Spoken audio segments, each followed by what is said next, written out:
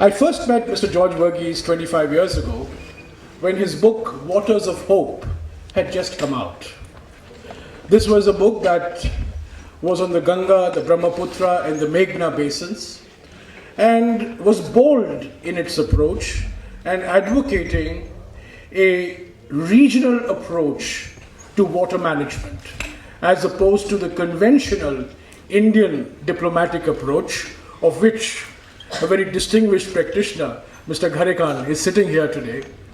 The Indian approach was that we were an upper riparian vis-a-vis Bangladesh, and we were a downstream riparian vis-a-vis Nepal. And therefore, we needed to deal with water issues bilaterally. Mr. Verghese was the first, in my view, to break this paradigm and was actually advocating a regional solution to the problems of the Ganga, the Brahmaputra, and the Meghna.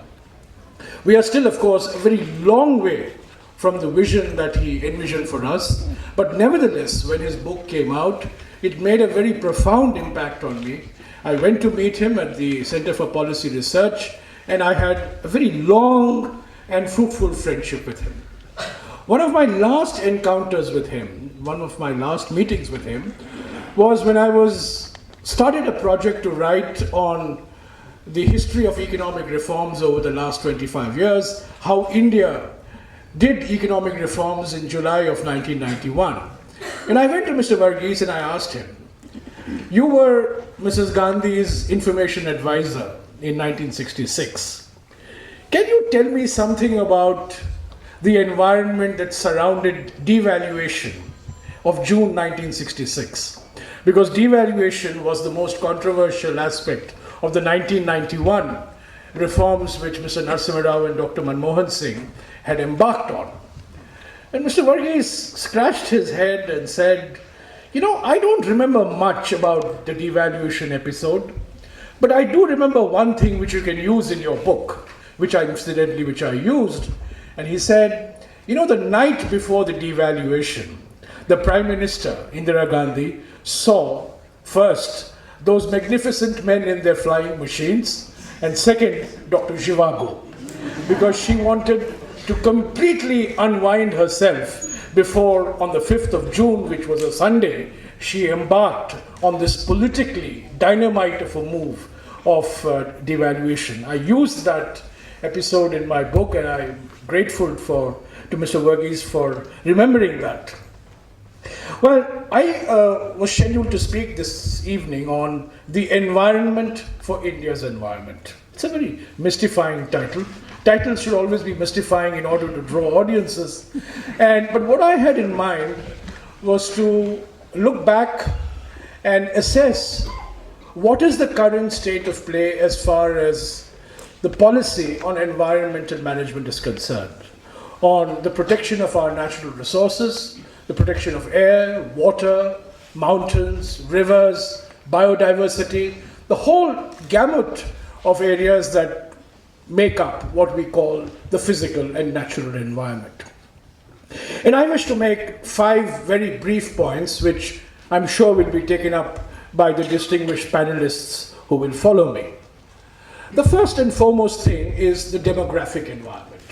No discussion on India's environment can take place without an appreciation of the demographic environment, which is a reality. And what is this reality? The reality is that today India is 1.25 billion. And our demographic karma is to add 400 million people over the next 35 years. Whatever we do, if by some miracle that happens, our total fertility rate falls below 2.1 over the next 5 years, which is unlikely to happen, particularly in the North Indian states, India, because of its huge demographic bulge, is going to add 1/3 of its current population over the next 3 decades. Now, population by itself is not the problem. After all, between 1992 and 2012, the Chinese population was completely stable. But yet, Chinese emissions went up almost 6 times. So it's not just the population that is the problem, it's the consumption that accompanies the demographic explosion that creates problems for environmental management. Now, India's demographic growth is taking place at a time when the world is seeing demographic declines. Most countries in the world are seeing demographic declines. France, Germany, Belgium, Italy, Russia, Japan. The only reason why the US and the UK are not going to see population declines is because of immigration from South Asia. It's the immigrants that hold up the birth rates in these two countries. But India is perhaps the only country in the world in the next 30 years, apart from Nigeria and a couple of African countries, which is going to show this demographic dynamism. A second aspect of our demography is very important for environment, which is that India's population is going to continue to remain young at a time when the world's population is going to grow old. Over 40% of the world's population by the year 2030, the Western world's population, will be over the age of 60. But in India, the median age of the population would still continue to be below 30 by the year 2045. So these two aspects of our demography, the fact that we're going to add 1/3 of our population over the next 3 decades, and the second, that our age structure is still going to be skewed below 30, has profound implications for consumption, for investment, and for environmental management. So any discussion on environmental management must start by recognizing the demographic realities which are staring us in our face. The second issue that I would like to take up is the political environment. And the political environment today is clear. It's clearly one of deregulation. It's clearly one of seeing environmental rules, regulations, standards, norms as regulatory burdens and not as responsibilities to be incurred by economic agents. So the political environment for environmental management is one largely of deregulation, of course, with a whole system of laws and standards that we may promulgate. But as Gopal Gandhi himself, last year's Verghese Memorial Speaker, once said to me that as a country, we delight in passing laws and we take greater delight in bypassing them. So we will have these huge architecture, portfolio of laws, progressive in intent, but completely toothless in terms of enforcement. And this is the political environment that is staring us with our face. A third issue that we must come to terms with is the economic environment. And the economic environment is one in which the Indian economy between 2004 and 2014 grew at 7.5% per year, and that clearly is not enough, because we are going to add 10 million people every year looking for jobs. And the only way you're going to create 10 million jobs year after year is by sustaining an economic growth of nothing less than 8% per year consistently over a period of 20 to 25 years. So whatever happens, because of the demographic realities that we confront, the economic environment has necessarily to be one of rapid economic growth. Now we can all argue on GDP is an imperfect measure, GDP does not measure welfare, GDP does not measure well-being, but the fact of the matter is the world knows no other method than measurement of GDP. And an economy's growth is measured by the growth in GDP with all its multiple imperfections. And what I wish to suggest to you is that the 7.5% growth that we saw over the last decade clearly is insufficient to meet our requirements, and we are now poised for a much higher economic growth, which is going to impose its own burden on the use of natural resources, particularly our mineral wealth.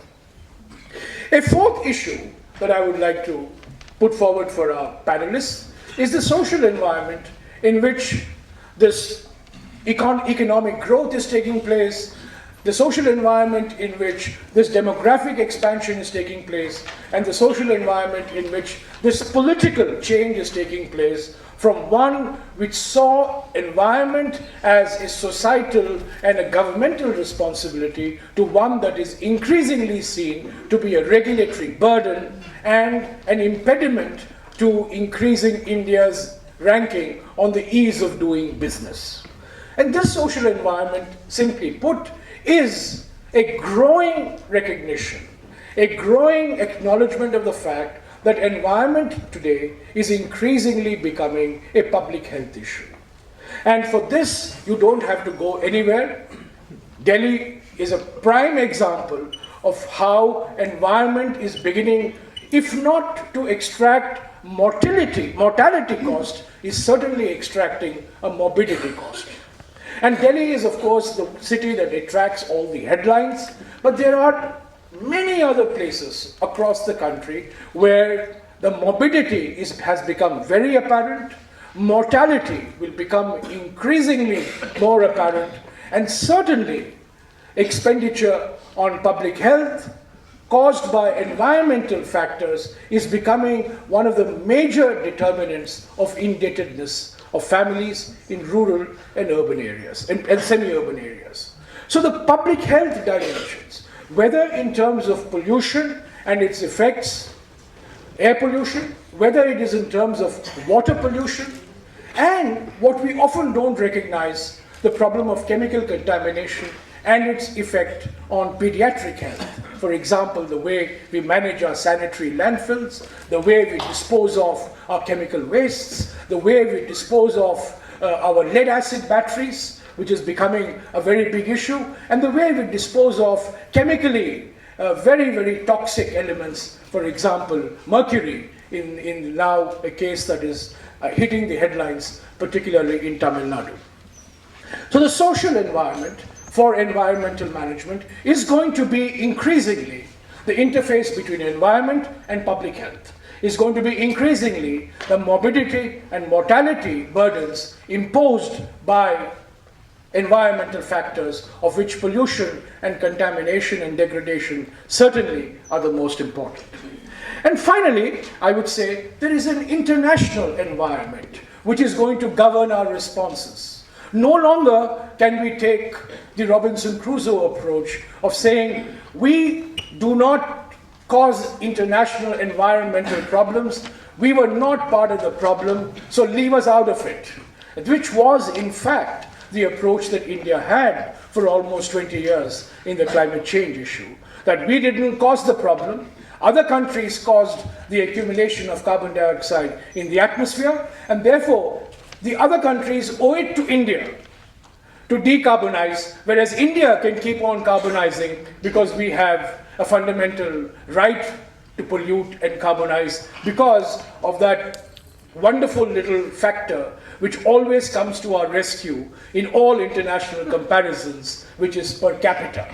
Because which other country has a denominator of 1.25 billion increasing by 14 million every year? When you do everything on a per capita basis, India comes at the bottom, and therefore there is huge scope for India improving its consumption patterns. So this international environment, no longer can India take the view that our environmental policies are going to be keeping in mind our own priorities, because we are now going to be held accountable, we are now going to have to answer international questions. And in the recent Conference of Parties in Paris, for example, one of the big contentious issues which dominated the headlines was what is India going to do about its coal consumption over the next 20 to 30 years. So these are the 5 factors which I thought I will place before our panel: the demographic environment, the political environment, the economic environment, the social environment, and the international environment, which governs the formulation of policies and programs for the protection and preservation of the environment. Let me make one more point before I close, which is that I have not met anybody who doesn't say that environment and growth should go hand in hand. I think everybody says that we need growth, we also need environmental protection. The challenge is, how do you bring about this convergence? How do you bring about this marriage of economic objectives and environmental imperatives? And that's the real challenge before us. Trade-offs are inevitable. How do you make these trade-offs explicit? And how you manage these trade-offs is very crucial. Now, you can either manage it in a manner that assumes that whatever the growth objective, that will be paramount and that will override any environmental objective, or you can take the position that no, there will be situations where democratic considerations will demand you to take positions which may appear to be anti-growth in the short term, but may actually be pro-environment and pro-growth in the long term. I'm very sorry that Shekhar Gupta has left. I half-jokingly told him that Shevanti didn't tell me that you were going to be here, because if you were going to be here, I may not have come. But he said, well, I knew you were coming, therefore I came.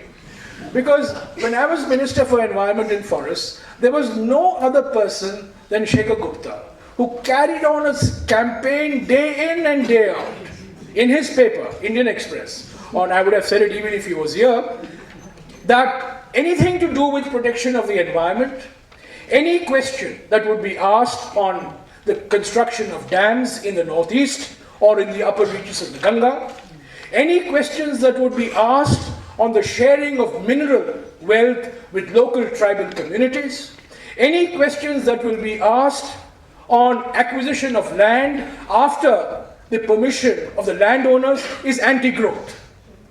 This was the position, and this is not an isolated position. This is a very important, influential position which I think informs much of the policy discourse cutting across political parties. But I think we need to find a way out of this situation that we are in, and I think the only way we can do it is to recognize that trade-offs are inevitable. We create the institutions and the rules for making these trade-offs explicit, and at all times, and I repeat this, at all times, we reaffirm our faith in the democratic process for resolving these trade-offs.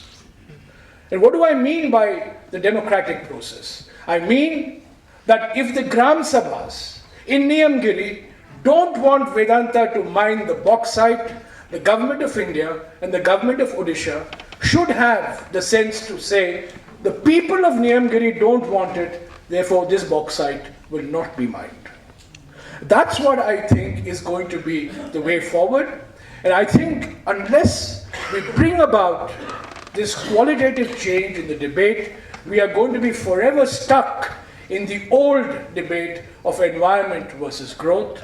As I said, growth matters, but environment also counts, and both have to go hand in hand.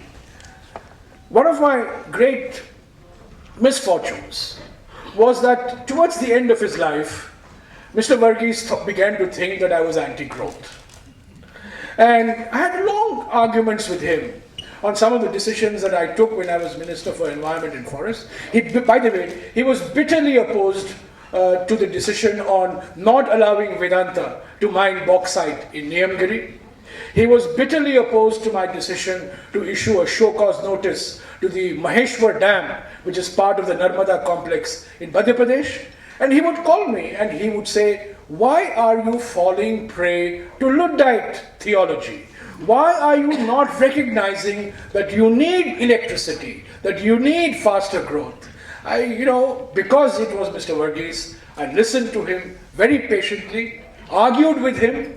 I was not able to convince him about my point of view, and he wrote a couple of articles critical of my position, for example, on dams in Arunachal Pradesh, which created a bit of a stir in the year 2010, not the least because of the campaign that the Indian Express launched. But nevertheless, at all points of time, The lesson I took from Mr. George Verghese was his commitment and faith in the process of reasoning, in the process of debate, in the process of conversation, and in the process of trying to understand each other's point of view and finding a way forward. Thank you.